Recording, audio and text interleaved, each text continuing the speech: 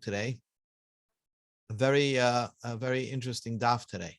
So let's just review very quickly. Okay, let me just get this up. Okay. We learned in the Mishnah yesterday that when it was that Rosh Hashana generally they tried to make it one day.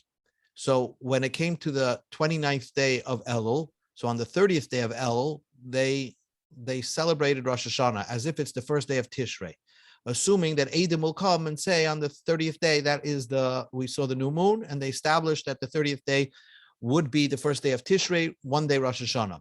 So once they established that one day of Rosh Hashana during the time of the Beis Hamikdash, the next day everybody went to work, right? So in the beginning, during that first day of Rosh Hashanah, they would accept Eidus HaChodesh the whole day. So the Mishnah says that one time, it was the first day of Rosh Hashanah, and the Eidim did not come until after they brought the Tamid Shel Ben Arabayim. Now, along with the Tamid Shel Ben Arabayim, there was a song that they sang during when they poured the wine on the Mizbeach. And they assumed that since the Eidim did not come till after 3 o'clock, that today is going to be a weekday and tomorrow will be the real Rosh Hashanah.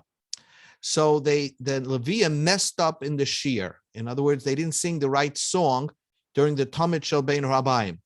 So they made a rule. Now in the Tamid Shel Shachar, they always sang the weekday. We assumed it was a weekday because generally Eidim hardly ever came before Tamid Shel Shachar. But in the afternoon, already if it's Yom Tov, you should be singing the song of Yom Tov. And therefore, they brought the Tamid Shel Ben Arbayim, and the Levium did not know what song to sing. Is it going to be Rosh Hashanah or not? So they made a new rule that they were not going to be Mekabel Eidus HaChodesh until Tamid Shel Ben Arbayim, until Mincha time, when they brought the Tamid Shel Ben Arbayim. Afterwards, even if Eidim would come, we're going to push off, not accept them, and make Rosh Hashanah the next day. Nevertheless, the Mishnah says that even though we know that the next day is going to be Rosh Hashanah, so they might as well stop playing that it's Rosh Hashanah on the first day and go back to work. No, you had to finish off the day as holy and the next day also as holy. That was the Mishnah says. Okay, and then after the Beis Hamikdash, since there's no shir by the songs, Rabbi Yochanan ben Zakkai said the Eidus HaChodesh should be accepted the entire day. So Gemara just delves into the story of the Mishnah. My kilkulu halaviyim b'shir. This is where we're up to in the Gemara. Lamed Amud Beis by the Gemara. My kilkulu. What was the destruction? Kilkulu halaviyim b'shir. That they messed up the song. What do you mean they messed up the song? So hacha tergemu over here in Bavel they interpreted the Mishnah that it means shaloi amru shira kol ikor. That means that they decided the Levium to say we not going to sing any song. A weekday song, maybe Eidim will come and it will turn out to be Rosh Hashanah. A Rosh Hashanah song, maybe no Eidim is going to come and then it'll be just a weekday. So they didn't sing a song called at all. Now I want to point out to you another point, and maybe I'll throw out the question. What was the whole problem with the shir? I mean, that's the whole concern if you sing the wrong song. What about the Karban Musaf? They didn't bring the Karban Musaf of Rosh Hashanah. And we know a halacha that after you bring the Tamid Shel Ben Arbayim, generally you didn't bring any karbanis afterwards. So why did the Mishnah say that the mess up is that they didn't bring the Karban Musaf?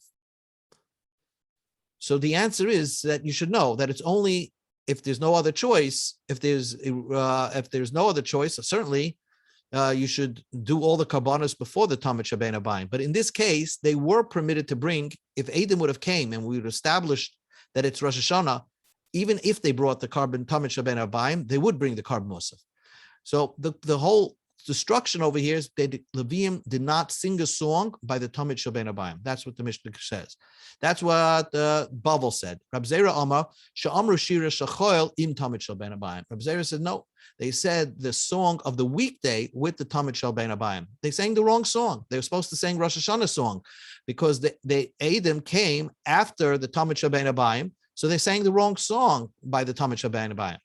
Amalai Rab Zera Avabrei. Rab Zera said to Avra's son, Puk Tana Laha, go teach them this brisa.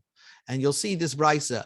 Hiskinu shaloi yehei mekabel edus achoidish ela kadeshay shoyis baham lekakrif tamidim musaf nischem. They made the new rule that they're never accepting edus unless there's still time to be makar of the tamid and the musaf and all their libations, all this wine that's poured on the mizbeach, up until, let's say, 1 o'clock in the afternoon, 1:30. So they will say the right song without making a mistake. You see this word, without making a mistake.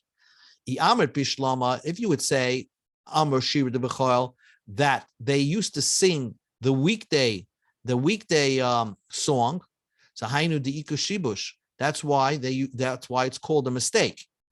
Ella Amrit, if you say Loy Omor Klal, they didn't sing a song at all. So what's the brisa saying? My Shibush Ika. What is the brisa saying? That there was a mistake. There was no mistake. They didn't sing the song at all.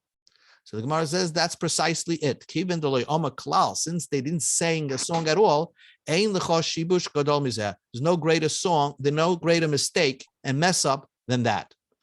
Hi, Lewis. We're up to Lamed Aleph, with Lamed Amid Beis, about like 10 lines from the bottom, Masav Ravacha by Huna. So again, just to recap, we have a machlokes in how to interpret the Mishnah. The Mishnah says that the Levium messed up in the song. What was the mess up in the song? Either they didn't sing a song at all, or they sang the wrong song. They were supposed to sing the Rosh Hashana song and not the weekday song before the Takana. Masav Ravacha bar Huna. Ravacha bar Huna asked the question. We learned in the Brisa, Tamid shel Rosh Hashana, a Tamid of Rosh Hashana. Let's say I know for a fact, 5 o'clock in the morning, Adam came and they established that day is Rosh Hashana. So the Tamid shel Shah Rosh Hashana Shachris Karev Kil Chasei. They would be makar of it and sing the regular weekday song. Because generally they always sang the weekday song in the morning, Tamid shel Shachar of Rosh Hashana. But Musaf already we know it's Rosh Hashanah. Ma'oime, what song did they sing? Harninu le'lekim uzeinu. Let us praise or sing to the Lord our strength.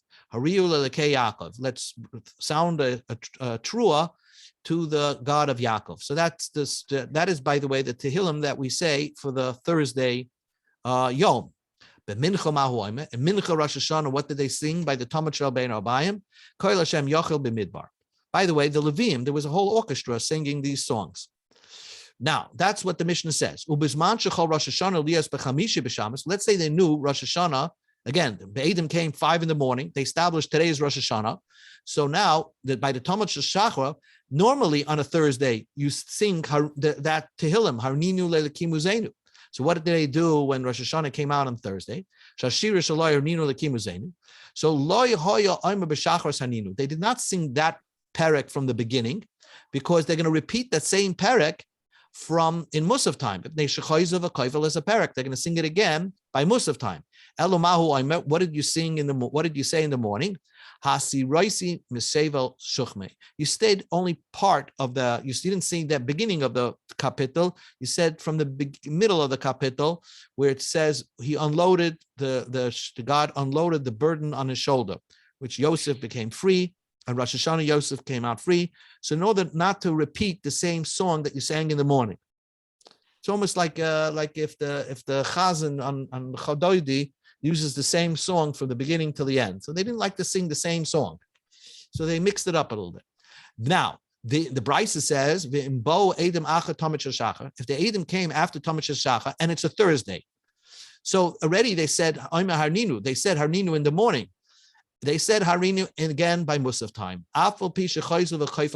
Even though they repeated it, they nevertheless said Harninu by the Talmud Shal Shachar, and they said it by the Musaf, even though they doubled it. So Gemara asks, the Amr Bishlam, if you would say Kol Heichadim Stapka, Amrin and Shira Dechal, whenever you're in doubt, you say the weekday song. That's why they said the weekday song in the morning. Adam came after Talmud Shel Shachar, and they repeated that same song, Harninu, by the Musaf. But if you're of the opinion that says Loy Omer Klal, when you're in doubt, don't say anything at all. So they shouldn't have said anything by the Talmud Shel Shachar on the pretense that maybe the Adam are going to come and they're going to have to say the same song again by the Musaf. So they shouldn't have said anything in the morning. Why did they say it and double it? So the Gemara says, we go to the top of the page of Lamed Aleph, Shano Hasum, it's different. Deshira de Yaimahu. Since it's not totally off base if you said that Harninu Lelikim. So normally, if you're in doubt, don't say anything, because if you're going to say the weekday, it's not going to make sense for Rosh Hashana. If you're going to say the Rosh Hashana, it's not going to make sense if it turns out to be a weekday. But here, even if you said the weekday of Thursday, the normal Harninu, it could make sense if it turns out to be Rosh Hashanah. So this Harninu could go both ways. Therefore, in that case, they actually said it twice, even according to the opinion that normally you shouldn't have said anything at all. Okay, we just did this Gemara. Now comes a brand new Gemara, and this should be very familiar of how your Yom was, how you daven. Tanya, we learned in the Brayser. Rabbi Yehuda, I'm a Mishim Rabbi Akiva. Rabbi Yehuda says the name Rabbi Akiva. By the Tmidim, on the morning, they would sing. So Barishain on a Sunday, Mahoya Oimrim, what did they say? The capital Tehillim that we say, Lashem Ha'aretz Umlaya. God, to God, the earth, the planet Earth, and all that's in it belong to God. Why do we say that on Sunday? Because it's remembrance to the creation. Al Shem, on the first day, Shekana, God owned the world, so to speak, that he created everything. V'hakana, and then, gave it over, or with the intention to give it over to humans. But nevertheless, v'shalit ba'olamoy. God rules the world. In other words, he pays attention to the world, and he's protecting, and also he's not giving it over and walked away from the universe. He's still actively involved. That's why we say Lashem ha'aretz umloya. What did they say on Monday in the Beis Hamikdash? And we say the same thing. Gadol Hashem mula me'oid. That chapter that talks about Jerusalem, and that Jerusalem is very different than the rest of the planet. Why? Because on Monday, what happened? God separated the heavens from the earth. So therefore, and God, so to speak, moved up to heaven. And there's a different kedusha in heaven, and there's a different kedusha. You can feel God's presence more in heaven than here, so to speak. So same thing over here. Same idea happens on planet Earth. There are places on planet Earth where you can feel God's presence more acutely. So Hashem shechilik masav, God made a separation in His creation. Umalach aleim, rules over them differently. It's different. Bashlishi hayoimrim, the shlishi, they talked about elikim nitza badas kel. Why? Why do they say that capital Tehillim, which talks about God is with people who are in judgment? Hashem shegila eretz b'chachmasa v'hechin teva la'adasai. God uncovered and made earth. Okay, so the oceans went to a certain place, and then you saw the continents. So therefore, and then we talk about din, because if there is din, so to speak, then God doesn't flood the world. But if there's no justice in the world, then God can bring a flood, like it happened in the Mabul. What was created on the fourth day? The sun, the moon, and all the celestial beings. So El Nekamis Hashem, God will take revenge of those that are idol worshippers. Why? Why on Wednesday we say that Tehillim? Hashem Shabara Chamal. God created the sun and the moon. And God is going to take revenge of those that stray after doing idol worship to the sun and the moon. B'chamishi, on Thursday, let us praise to God, our strength. Why do we say that capital on Thursday? What's so special on Thursday? Because on Thursday, God created God created birds and fish, and the purpose of all the different birds and fish. Look at Rashi over here. When you see birds, in Rashi's time, there was no aquariums, there's no SeaWorld. So Rashi says that when you see birds all different from one another, it gives you, you start giving praises to the one who created them. So that's important, because it's important to go out to visit aquariums and zoos, just for the sake of, or watching some nature shows, so that you can praise God for the myriad of His creations. Rav Chaim Kanievsky writes that his dad used to take him to the zoo when he was younger, probably based on this Gemara. Wanted him to mishabeach the Eibishter, give praises. Bashishi, on Friday, Hashem Malach Geis Levesh. On Friday we say that capital Tehillim. Hashem Shegama Malach. God finished His work, and ruled over everything. You can see God ruling over everything, and man was created. to recognize a kingship. Bashvi, I remember, Bashvi, they used to say, Bizmizmar Shir L'Yom Shabbos. Why? That's for the future. It's a song, L'Yom Shekula Shabbos. There's going to be one day that's going to be, entire world will be rest. The world is going to be destroyed, and nobody's going to do, and there'll be no humans, and everything, all works will stop. And that's why we'll say Yom Shekula Shabbos. In other words, there's going to be an Armageddon, the whole world will be destroyed. So that was the Rabbi Akiva's opinion. Everything talks about Ma'aseh Bereishis. Only on Shabbos, we talk about the future world. What's the future? Amar Rab Nechemiah's opinion is that's not what Rabbi Akiva would say. Why should you make such a difference between all the Tehillims, which most 6 out of 7 talk about Ma'aseh Bereishis? The 7th one talks about the future world. So Ella, he had a different version, what Rabbi Akiva said, but mostly it's the same. Barishain shekanav hikna shalom b'noim. B'shem ish chiluk masas u'molach chaleim. B'shlish shegil eretz b'chachmach v'eichen tevel adosem. B'revi shbar chamel v'am v'sli parim avdeim. B'chmish shbar oivus dogel shabech shmai. B'shlish shegam alach u'molach chaleim. So far he said you say the same kapitel Tehillim, and for the same reasons that we mentioned before. But here's the key. Here's the difference. Bashvi on Shabbos. I agree, you say Mizmor Shili Yom Shabbos, but it's not talking about the future world. It's talking about God simply, Al Shem Sheshavas, God rested on Shabbos, and that's why it's talking about Ma'aseh Bereishis. So all the Kapitlich Tehillim are that we say for the Yom have to do something about what was created that day, and that's the Kapitel Tehillim they chose for the song. So now, what's the Machlokes? Why is there a Machlokes between Rabbi Akiva and the way Rabbi Nechemiah heard Rabbi Akiva say it, in that the Mizmor Shili Yom HaShabbos, let's a song to God on that day that he rested. Rabbi Nechemiah says it's talking about the regular Shabbos. And Rabbi Akiva, or the way the first version was, that it's talking about the future, where there'll be one day that that there will be no humans on the world. So they're arguing in the statement of Rav Katina. Very fascinating statement. The Amar Rav Katina said, Shita alfa shnei haba alma. The whole universe will be for 6,000 years. V'chad chariv. And then there's going to be this like Armageddon. Everything will be destroyed, and there'll be nothing here, right? Shenema, as it says in the pasuk, V'nizkav Hashem levadei bayoim ahu. On that day, God will be alone. And therefore, God's day, Ke'elef, is considered like 1,000 years. Ke'elef shonim be'inecha. So when it says Mizmor Shil Yom HaShabbos, they held the Rav Katina that that period of time where the world will be destroyed for 1,000 years. And let me tell you what's going to happen after the 1,000 years. After the 1,000 years, humans are going to come back in a spiritual form in their physical body, but it'll be more of a spiritual existence. So that was Rav Katina says that the destruction will last only 1,000 years. So therefore, Mizmor Shil Yom HaShabbos can talk about the future world, which will only be 1,000 years. Abaya says, Trei Chariv, 2,000 years the world will be destroyed.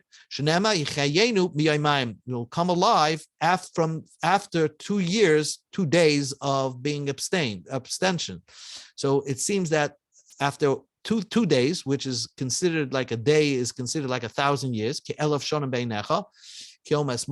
So it's after 2,000 years, then the world will come back. Therefore, according to Rav Nechemiah, Mizmor Shil Yom HaShabbos cannot refer to the future world because the future world is Yomayim, 2 days. So it must be referred to Ma'aseh Bereishis. Now, b'musafei d'shabta my hoyamim. On a regular Shabbos, what did they sing? What song did they sing on the Musaf of the Shabbos? Amarav Anam Barav Amarav Hazu Lach. Hazu Lach is basically Parshas Hazinu, and it's broken down into 7 parts. And every Shabbos they sang a different part. So let's say the first Shabbos they sang Hazinu up to Zechar Yemoy Selam.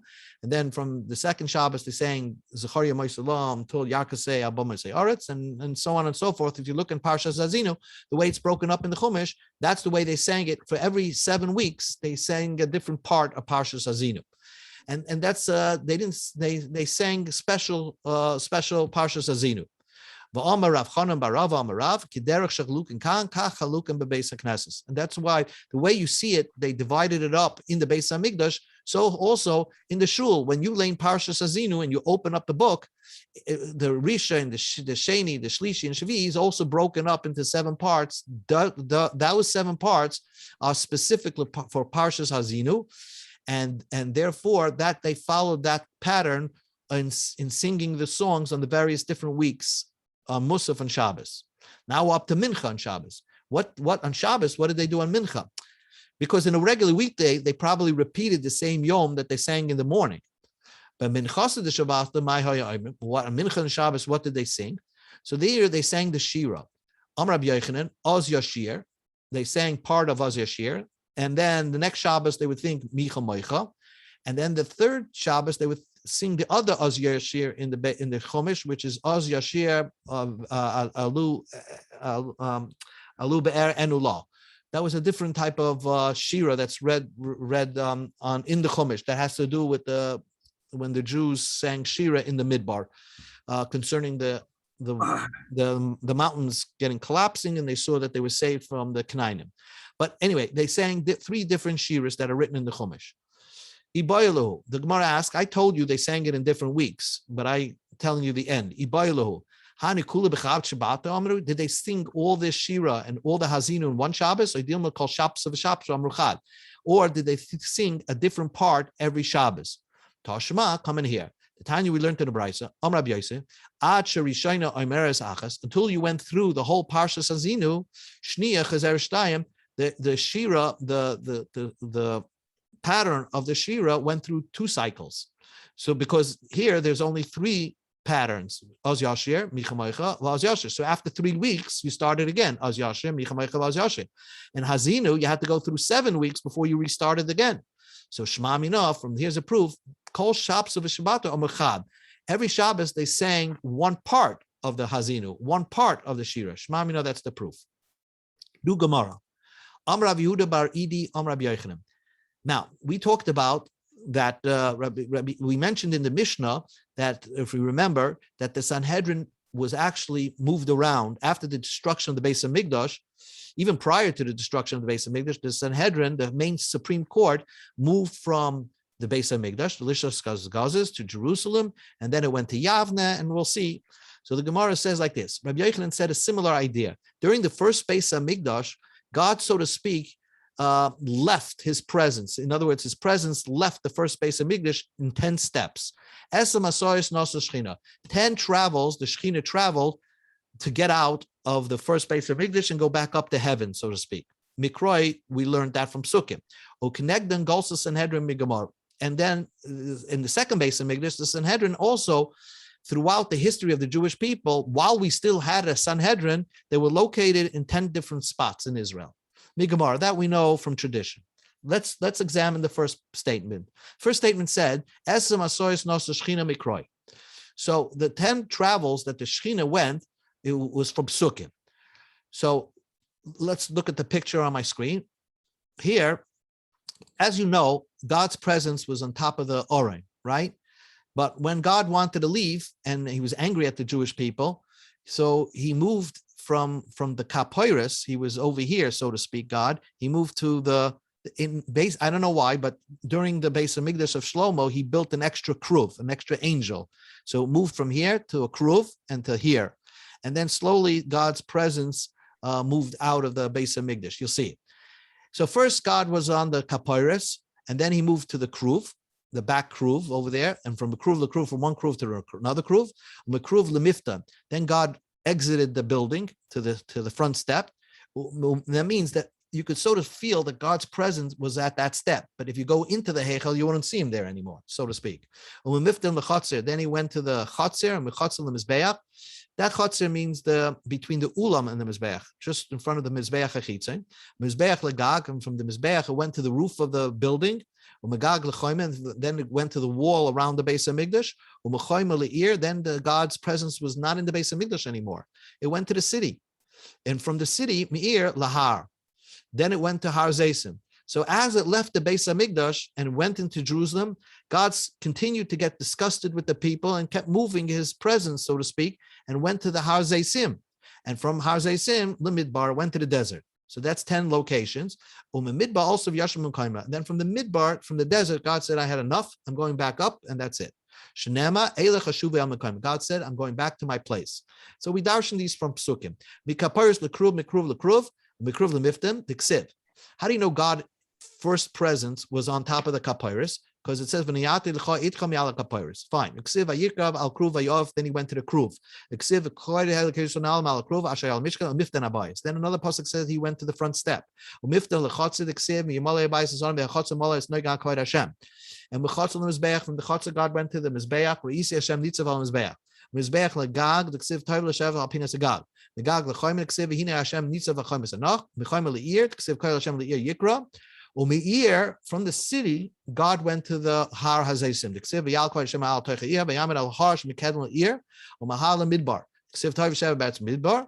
Umemidbar also v'yashim mekoyim the ksiv elach v'shuva al mekoyim. So what the Gemara just did was bring psukim to show you different psukim that describe where to find Hashem. So the rarest pasuk we find in the Chumash, God is in the on top of the Kapairos. Then we find a pasuk in Navi that says God is by the Kruvim.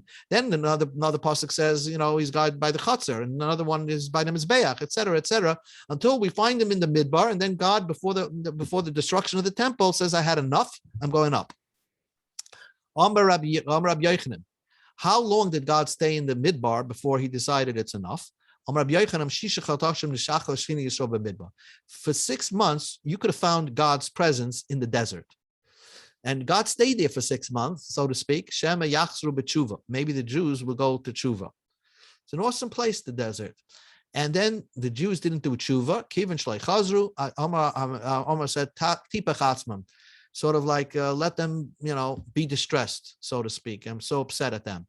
Shnema, God says, Ve'eni Rishon Tichlena, the eyes of the Rishon will be destroyed. Umanais, their escape Ovid Minhem will be lost from them, B'tikfasam, and their hope is Mapach Nafshim is just frustration. So God says, I'm giving up, I'm throwing in the towel to the Jewish people, and that's the destruction of the first Beis Hamikdash. Now in the second temple, the Sanhedrin, the Supreme Court, moved into 10 different places, not necessarily before, they moved after the destruction of the second temple. Kenegdon Golson Sanhedrin. How do you know? Migamar, that's a tradition. First, the Sanhedrin, the main supreme, the 70 were in Melishkas Hagazis. Then they went to this place called Lechanis, Umechanis Yerushalayim. Then they went from Chanis to Jerusalem, Yerushalayim Liyavna. And then after the destruction of the Beis Hamikdash, they went to Yavna. Originally, they were in the Beis Hamikdash, but they left the Beis Hamikdash, as I mentioned before. They didn't want to adjudicate capital punishments, so they moved away in Jerusalem, like they're not in session, so to speak, for this kind of cases. And then after the destruction of the temple, the Sanhedrin went to Yavna. Let's move over onto page 2. Lamed Aleph on the base. And from Yavna it went to Usha, and from Usha went back to Yavna, because it changed hands. During Rabbi Yochanan ben Zakkai, it was in Yavna. Then Rabbi Gamliel took over, went to Usha, and then somebody from Rabbi Yochanan's family came back to Yavna. Yavna leUsha, Usha leShafarim, Shafram leBeit Sha'arim, Beit Sha'arim leTzipori. Now we're going in the time where the Sanhedrin was located, where Rabbeinu HaKadosh was, which is in Tzipori, right? And then Rabbeinu HaKadosh was a sick person. So he had to move around a lot. He couldn't stay in one place. He needed to go where the weather was good, or where he would feel better. So he went from Tzipori, and then Rabbeinu HaKadosh went from Tzipori to the final destination, where the last place the Sanhedrin was Tiberia. And Tiberia Amuka Mikulam. Tiberia was the lowest place. In Tiberia, Rabbeinu HaKadosh was there during the time, Rashi says, of Bimei Antigonus. That's Marcus Aurelius. So during that time, the Sanhedrin was located in Tiberia, and it's the lowest place, right, from all the places. Usually it was on the top of a hill, top of a mountain in Jerusalem. Now it's in the lowest place. And from there, they say that Mashiach is going to come. From that lowest place, you can't go further than that. The lowest place is Tiberia, and from there they say the Mashiach will emerge from Tiberia. I heard once that the name Twersky that was chosen by the father of the the dynasty of Chernobyl, Menachem Chernobyl, when you were picking last name, he chose Twersky to remind him of the name Tiberia, which would be an indication of he should always remind himself of Mashiach. Anyway, that's the lowest place, and that was the final place of where the Sanhedrin was. Rabbi Loza Amr Sheish Golos. There were six places. Shnema ki hasach yoshvem sach yoshvem morem kiryan iskava yashpileni yashpileno yashpila ad eretz yagedeno ad offer. It went down 6 levels. It went down lower and lower and lower, right? Till it got to the earth. Rabbi Yochanan, that's what I meant to say. Umisham, from Tveria, asidin ligal. That's when the redemption will come from Tveria. Shinema isnari mi'afekumi lishvi. Shake the dirt off you and get up and return. So somehow Tveria is associated with the coming of the redemption. New Mishnah. Amar Rabbi Yeshua ben Karcha. One final thing, Rabbi Yochanan Zaka made a rule. Sha'afilu Rosh Bezdin b'chol mokim. Even if the head of remember, the person in charge of the Bezdin, the president, he was the one generally that said Mekudesh, right? To Mekadesh the Chodesh. But let's say he was out of town. Let's say he was in the Catskills somewhere. So even if he was not in the place, the Eidim don't have to go where the Rosh Bezdin is. They had to go where the normal offices are. And if the Rosh Bezdin was not there, then other people took over and were Mekadesh the Chodesh, even without the head of the Bezdin, even without the head person there. It was L'chatchila, you should have him there. And the reason why we don't go wherever the Rosh Bezdin is the halacha was that he said that the Eidim should only come to the original building of where the Sanhedrin normally is, not to where the Rosh Bezdin is out of town. And because it gets discouraging if you tell them to go here and go there, you give them one location. If Eidim come, they have to go to the main building. If the Rosh Bezdin is not there, somebody else will take over. Says the Gemara, there was this woman. They invited her to come to Bezdin to Ameimer in Neherdai. So she went to Neherdai because that's where the Hazmana was, right? She was a borrower and she owed money to somebody, this lady, right?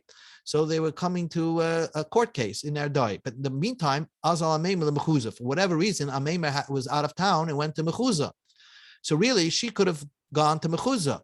She did not follow to where Ameimer was. So Ameimer said, if you're not coming here, I'm putting you, this woman, in Cherem.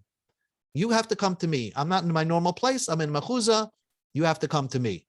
So Amalei Rabashi Ameimer. So Rabashi said to Ameimer, what are you doing? Putting her in Cherem. In excommunication. We learned in the Mishnah, if the head of the Bezdin, no matter where he is, you don't have to go to where he is. You go to the normal building. You should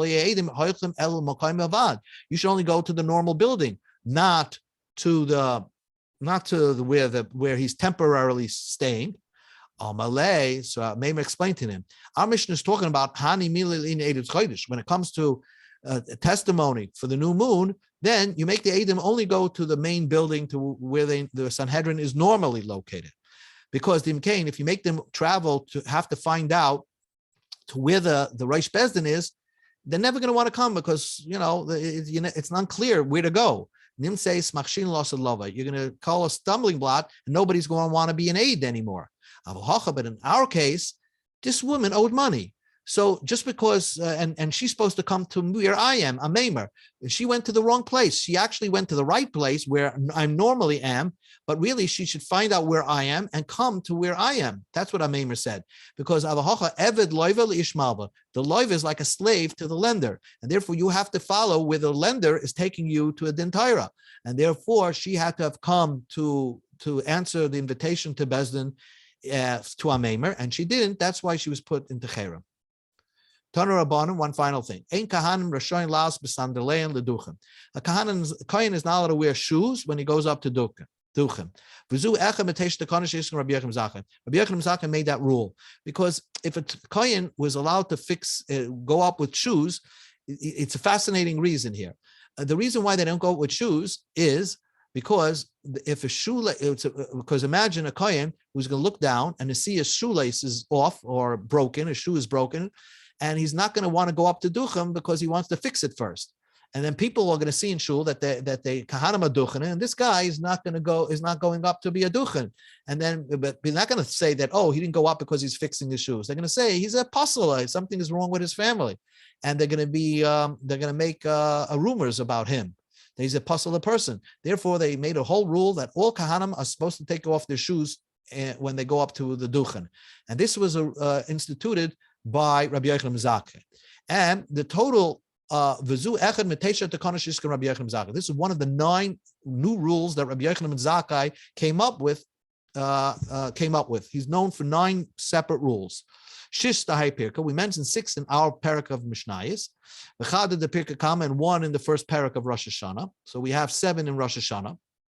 V'idach, and there's another one. The Tanya we learned in the Brisa. Gershon is gayer, a ger that becomes a ger b'zman hazeh. So right, Miss Trump.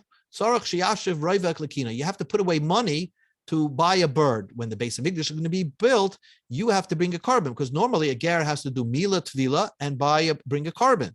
That's learned from Sukkim. So therefore, separate, put out money aside, and your hope is keep it in your house. And then when the base of Mikdash is built, you right away have money to buy a bird, to bring a carbon. Rabbi Shimon ben Elazar, Rabbi Yochanan abolished this rule because that money is hegdish, and when the base of Mikdash is not going to be built, you're going to use that money for nonsense, and that's moel behegdish, violating hegdish. So therefore, Rabbi Yochanan said you don't have to put away money for the bird. The idach. What's the other? So that's 8. The idach. What's the 9th thing that Rabbi Yochanan Zakkai came up with? Plukta Rav Papa Rav Nachman Yitzchak. That's an argument between Rav Papa, and Rav Nachman Yitzchak. What was the 9th new idea that Rabbi Yochanan Zakkai came up with? Rav Papa Alma Kerem Ravai. Rav Papa said it had to do with Kerem Ravai, which is like Meiser Sheni. Let's talk about that. Rav Nachman Yitzchak Alma Loshen Shezahuras. It's the crimson red scarf that they wrapped around on Yom Kippur. What is that talking about? So the Gemara is going to explain. Rav Papa says Kerem Ravai. It had to do with Kerem Ravai. Kerem Ravai means the 4th year of your fruit, you have to bring it up to Jerusalem and eat it. And if it's too heavy to carry, you're supposed to redeem it on money and bring it up. But the halacha was, technically, as long as you're outside Jerusalem, you can transfer the kedusha from the fruits to the money. But they made a rule that if you're so close to Jerusalem, you're not permitted to transfer the kedusha onto money, because we want you to bring the actual fruit into Jerusalem so that Jerusalem's markets are full of fruit. And therefore, they didn't allow you to transfer the money, the kedusha of Kerem Ravai or Meiser Sheni onto money if you were very close to Jerusalem. It's not such a big burden to carry your fruit into Jerusalem. The time we learned in the Brisa, Kerem Ravai, that if you're a 1 day's walk to Jerusalem, you have to carry the fruit itself and not transfer the fruit kedusha onto money. But what's a 1 day's walk? These are the boundaries. If you're elat min hatzafon, vakrabes min hadoron, lud min amara, v'yardim min mizrif. If you're beyond these locations, you're already too close to Jerusalem, and you will not be allowed to transfer the fruits, the kedusha on the fruits, onto money. My time. Why did they make this rule? So that the streets of Jerusalem should have fruits. They don't want you to come in with cash. They actually want you to bring goods into Jerusalem, because it's a beautiful city. But Tanya, we learned in the Brisa,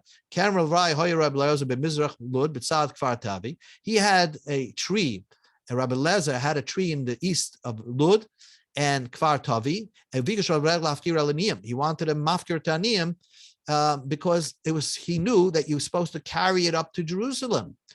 And therefore, he was close enough to Jerusalem that you're supposed to carry it up. Now, he lived after the second base of Mikdash was destroyed. That your friends made a new rule, and they said that no, you could transfer the kedusha onto money and bring it up to Jerusalem.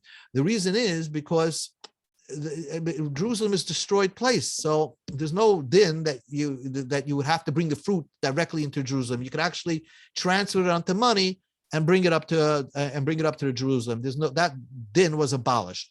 Who abolished that din? Rabbi Yochanan ben Zakkai. That Rabbi Yochanan ben Zakkai abolished that din. Rab Nachman bar Yitzchak Amal Loshen Shel Zahiris. Rab Nachman bar Yitzchak said it had to do with the red scarf That was the new institution of Rabbi Yochanan Zaken. The time we learned in the Brayso, they used to, on Yom Kippur, they would tie the red scarf and the ulam from the outside, just right outside the building. And they, miles away, they were throwing the goat off the mountain. Hilbin, if that red scarf turned white, and everybody was happy, they knew that their aveiros were forgiven, and the whole Yom Kippur became joyful. But that's no good, because you're supposed to really continue to pray on Yom Kippur. Loy Hilbin, if it didn't get white, and everybody was sad. So they didn't like that, because then the whole mood of the day would change. They made a new rule. They would put the red scarf on the inside of the building. People would try to peek in to see Hilbin, if it came white, they were happy, then they were sad. Hiskinu, so then they said, you know what, we're not hanging the red scarf in the base of Mikdash, we're going to send it along with the Sarya HaMishtalech, with the goat that you're throwing off the mountain. Hiskiru, they tied half on a rock, the chetze ben kanav, and half on the horns of the goat, and threw them off. And that's how nobody really knew if it turned white or red, only the guy who threw the Sawyer off the mountain.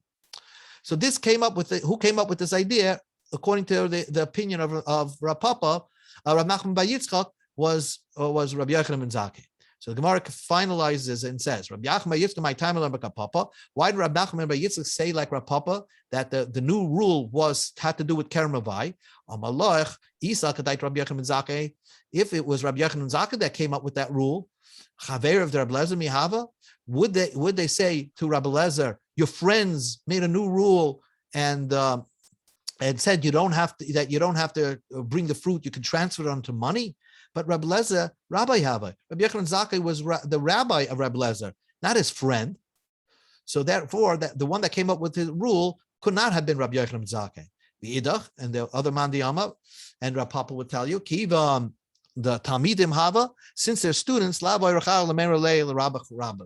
since they're the students of Rabbi Lezer, they're not going to say your Rebbe said something. They would say your friend said something, and that's why it could be that Rabbi Yochanan Zakkai came up with that new rule of Kerem Ravai. Finally, Rav Papa, my time Omak Rav Nachman Yitzchak. Why did Rav Papa say, like Rav Nachman Yitzchak, that the new rule of Rabbi Yochanan was to where to put the red scarf? Amalach Isa Kadaita Rabbi Yochanan Zakkai. If you say it was Rabbi Yochanan Zakkai who came up with that rule, B'mei Rabbi Yochanan Zakkai mi have a lashon shezahuris. Was there that red scarf sign during the time of Rabbi Yochanan Zakkai? Remember, Rabbi Yochanan Zakkai lived at the end of the second temple. In fact, he saw the destruction of the second temple. But Tanya, we learned in the Brayso, Kol Shnoisov Shal Rabbi Yochanan Zakkai. Rabbi Yochanan Zakkai lived 120 years. Mem Shana Osak Beprakamatya. 40 years he worked in business. So that's a very good introduction to becoming a rabbi. Mem Shana Lamed. Then 40 years he taught himself Torah. Mem Shana Limed. Then 40 years he taught. And when he taught, presumably that was the time that he came up with these new ideas. But the Tanya, we learned in Raisa, Mem Shana Koidim Shenechara Beis Ambayis Loya Lashon Shazahoris Malbim. 40 years before the destruction of the temple, the red string didn't work anymore. It never turned white. It was always red. Tanan, we learned in the Mishnah, only when destruction of the temple, that's when Rabbi Yochanan Zakkai comes up with his new ideas. So basically, what they're trying to say is that during the time of the temple, Rabbi Yochanan Zakkai was a nobody, so to speak. He was just somebody who learned, but not somebody who had the ability to create new rules. So the answer is v'idach. The other man will say, Oisem Abar Shana Delama. Those 40 years that Rabbi Yochanan Zakkai was learning, he was not the leader. Talmud Yoshev Nei Rabbi Hava. He was a student in front of his Rebbe. Ba'amal Milsa, he sets a new rule, Vistabam Tame, and it made sense. V'kavu Rabbi Bishmai, and his rabbis said that we'll call that new rule your rule, even though he wasn't the leader at that time. So, but he was already a respected person that he could come up with ideas, and other people would give him the credit for coming up with the idea. So basically, his idea was, from now on, we're not going to keep the red scarf hanging in the base of Mikdash and Yom Kippur, because that ruins the mood of the day. We're just going to send the red scarf along with the Sarya Mishtalech to be thrown off the mountain. And there, that was his rule. So basically, he did nine different rules. Okay, I'm sorry I went over time, but there's the blot gets very, very, very long. Okay, a lot to do. Okay. Wonderful. Yes, thank you. Okay. Hey, Good night. Shkoyach. Okay. Thank you. Gets Thank you. easier. Okay. Tag is in. Take a rest. Yeah. Yeah. Okay. Yeah. Thank you.